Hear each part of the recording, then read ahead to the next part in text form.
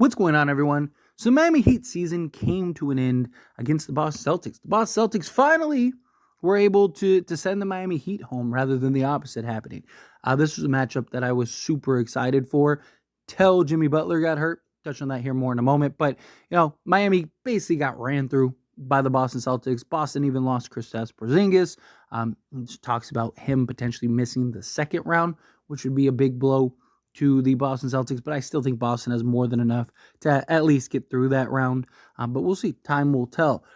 Miami, the one win that they got was like a historically great shooting game where Boston should have swept them. But when a team shoots that insanely hot, you're probably losing more times than not. But nonetheless, this was a series that was always going to be outmatched without Jimmy Butler. Like, Jimmy Butler was the one kind of catalyst and the one piece that I think could have made this a series. Still thought Boston was going to win this series. Like, I don't necessarily think with Jimmy Butler that Boston loses the series, but I do think it might have been a very different series. I could see fully Miami, pushing it to 6 or maybe even 7. It's one of the reasons why I really wanted Miami to play them in the first round, because Miami's just kind of been in their heads. And I want to see, okay, what does Boston do when they get challenged? Do they just completely fold? But nonetheless, Miami, they're going to go back to the drawing boards in this offseason. And personally, I think that Miami, they got to go get that other star, right? Like, Jimmy Butler, Bam Adebayo are fantastic, right? Tyler Hero was great in these playoffs for Miami, given the circumstances and everything, right? Like, and guys are doing the best with what they had, but they don't have that guy. Even with Jimmy and Bam, there's still the clear, like, they need that consistent go-to takeover scorer, that other star, right? Like, Jimmy Butler and Bam Adebayo, especially, playoff Jimmy is like, prime Michael Jordan. That's ridiculous. But in all seriousness, like, they're two guys that are excellent, right? But are they enough to finally get over that hump? They're clearly enough to get to the finals. They've done it twice. But are they enough to actually get you a NBA championship? So far, it hasn't been able to happen, right? And I did like the acquisitions of, like, Terry Rozier, which, again, injuries and stuff. But I just think if, like, say they just run it back and add another piece or two, I just don't think that that's going to be enough, right? Obviously, they were pushing and genuinely believed that they were going to land Damian Lillard in this previous offseason. They even kind of played hardball and messed around a little bit, where I know Damian Lillard didn't have a great season this year by, like, Damian Lillard standards, and he kind of, like, it's just awkward in Milwaukee.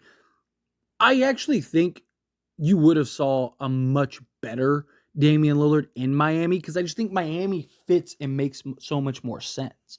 A lot of, like, Milwaukee's issues is, like, Giannis is the number one guy who's used to having the ball in his hands, used to dominating the basketball, used to getting his shots and basically it being his team. Damian Lillard's the same thing. And there was just this kind of, like, at times you go, I go type thing, where with Miami, Jimmy Butler and Bam Adebayo, like, they're willing to do the dirty work. They're willing to play off ball. They don't have to score 30 a game, right? Like, Giannis still wants his stats. Like, Giannis still wants to go and be MVP caliber. Like, Jimmy could care less about that.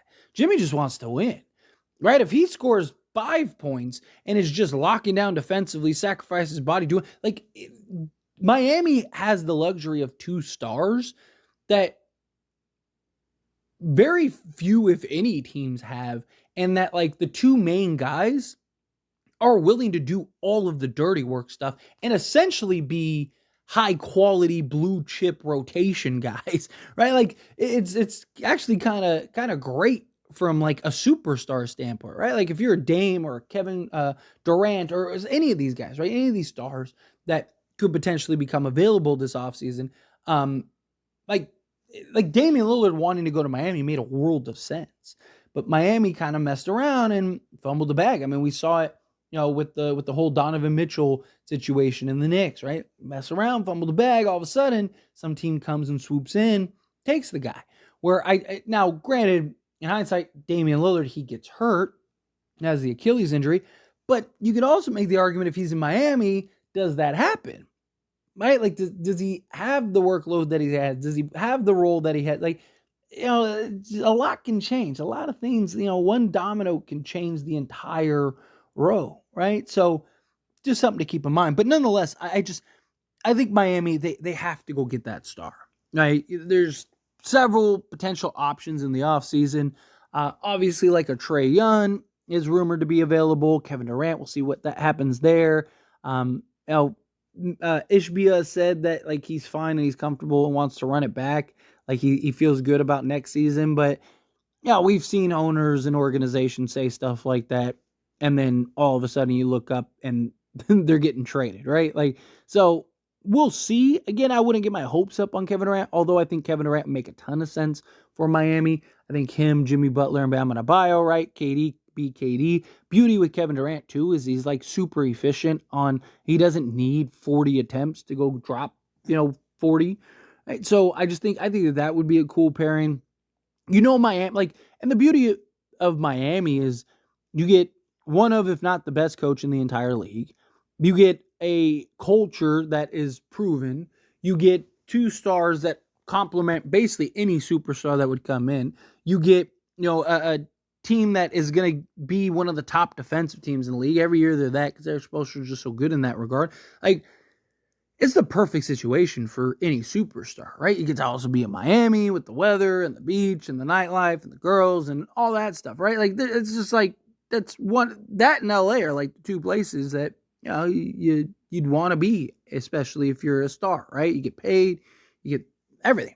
But, even beyond Kevin Durant, like a Donovan Mitchell, right? Like, Donovan doesn't really make a lot of sense for the Knicks, and the Knicks don't really make a lot of sense for Donovan anymore, right? Now, I know many of you are going to say, well, you're a Laker fan, but yes, I want Donovan Mitchell on the Lakers. If it's Miami or the Lakers, guess what? I want him on the Lakers. But I do think if I remove my Laker bias, right, I think Donovan Mitchell makes a ton of sense for Miami, and I think Miami makes a ton of sense for Donovan Mitchell. Because again, I think Donovan Mitchell gets to be exactly what he is and what he's best at. He also was coming off of like an all defensive type season, so he would fit right in on the defensive side of things, and then would give them that consistent, legit go-to scorer that can take over down the stretch and hit key buckets, play alongside. I mean, I think that makes a world of sense. You missed out on Damian Lillard, which sucks, but then, you ride it out a year and end up landing Donovan Mitchell.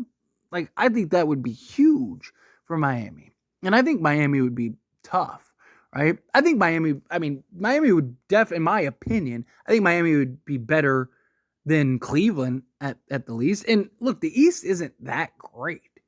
And unless some crazy shakeup happens, it's probably not going to remain to be that great. So, and I don't know if the Sixers are going to be able to land another star. So you may end up just having a fight between, Boston, Milwaukee, and the Knicks. If it's just Joel Embiid and a bunch of role players again. And I mean, don't get me wrong, Tyrese Maxey he's been fantastic. But I just, if you're Miami and you land Donovan Mitchell, are you really worried about Tyrese Maxey and Embiid disappearing in the playoffs? Like, probably not. Right? Like, I just think now outside of that, you'd be a top 4 team, which I guess they are, Cleveland is now. But I like the pieces on Miami. I like the coach. There's just a lot of things that I look at and just go, man, Miami would be tough. Right? Trae, if he becomes available, I'm not super, I don't think Trae makes a lot of sense. Right? I do think Miami is one of the few teams that could kind of mask him, right, on the defense side of things. And I do think like his offense and his playmaking and stuff, but I don't know. I'm not super. I've said the same thing about the Lakers. And unfortunately, I actually think the Lakers are probably going to land Trae Young. Right? If it happens, I'll be pumped. I'll be excited. But I have a lot of questions, and it's more so about fit with the Lakers and Trae. Miami, I don't really have the concerns about fit, but I just think the high usage, his style of play, it's just, I don't know. It could work and it could be great, but I also think like it could end up being frustrating. I don't really know if Trae's like a Miami guy. Like, I'm not talking about the city. I'm talking about the culture. But nonetheless, I really do think you got to get Jimmy and Bam somebody. Got to go get them like a legit star level talent. Got to get them somebody that you can count on and rely on, and take some of the burden off of Jimmy to kind of be great. Right? And he's still going to do his thing. But now if, again, you get a Donovan Mitchell and Jimmy's your second option and Bam's your third, you're probably one of, if not the best teams in the league, right? Like between Eric Spoelstra, Heat culture, the way that they play, it's just, I really like that idea. Right? But again, it just depends on who the star is, how it shapes up. We'll see. Time will tell. But Miami's got to find somebody. They just do. I mean, this is, again, every year they're right there. But they're just not good enough, in my opinion. And I just think the only way that they're going to be good enough is to get that other star that can, like, they're that team that just, every year they're right there. Every year you're just like, man, you can't count out, Miami. Like every year you wouldn't be surprised at all if they're in the finals. But every year you're kind of like, yeah, they'll get there, but does anyone really see them winning? That's the problem, winning. Can they finally get to the point where they can win a finals? And I think that you need to get that other star if that's going to be the case. But we'll see. We'll see how it shapes up. Anyway, as always, this is a discussion. Pass a question on you. Let me know your thoughts and opinions down in the comments below. What do you think? How do you feel? Who's a star that you'd love to see as far as on Miami? Is there anyone in particular that you think may be available?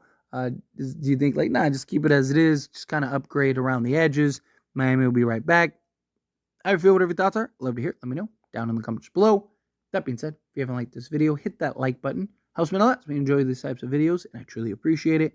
Not subscribe channel, hit that subscribe button. Turn on the bell notifications. Appreciate y'all. See you in the next one. Thank you.